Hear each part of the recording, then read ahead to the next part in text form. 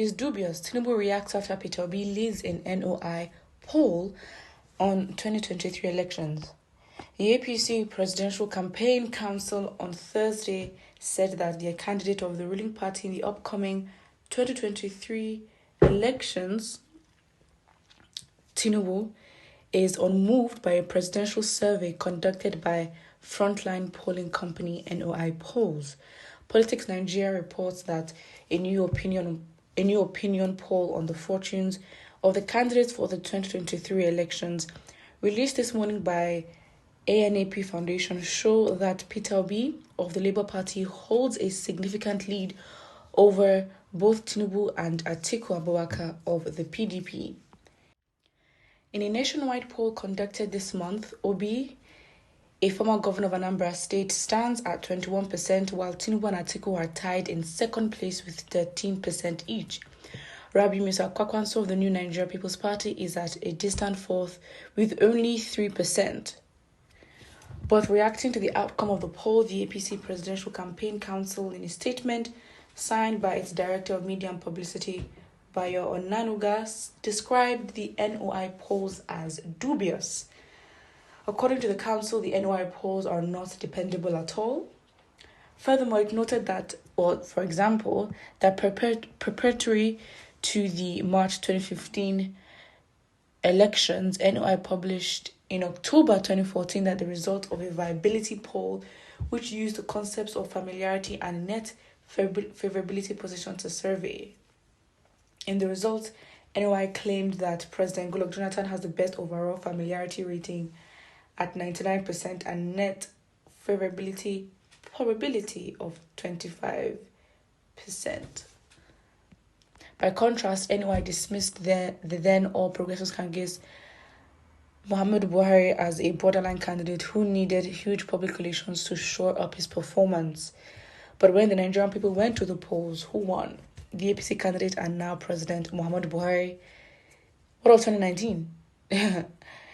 This is not the instance where the NOI has turned its political bias in an election period to fraudulent statistics. ANAP Foundation has traditionally organized political opinion polls ahead of the presidential elections since 2011 and are conducted by the NOI polls.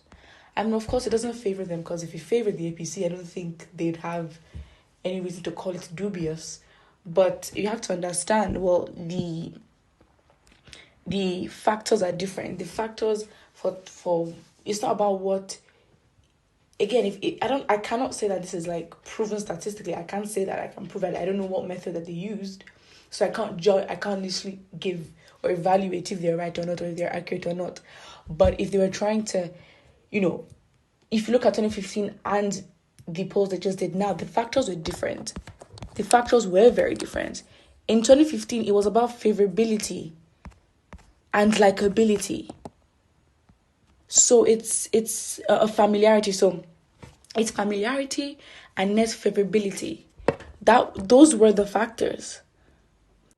And in this new poll, what the phrase was described was the fortunes, basically prediction of who would actually win.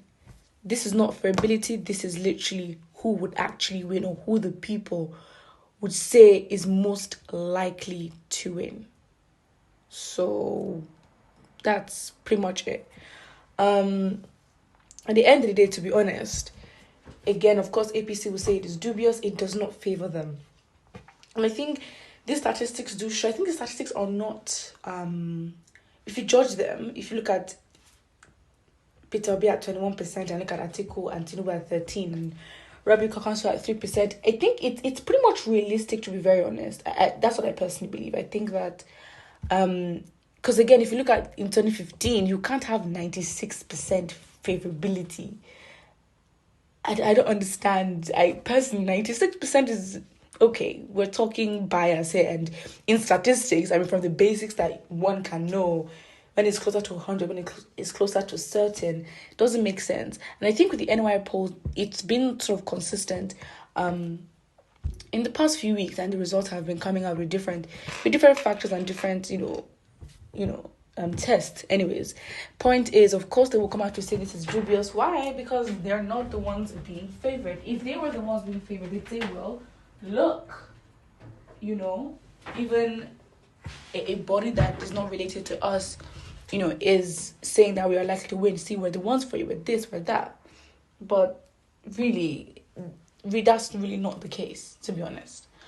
And so it's not surprising at this point, and they can't say they're not threatened. It's an absolute lie.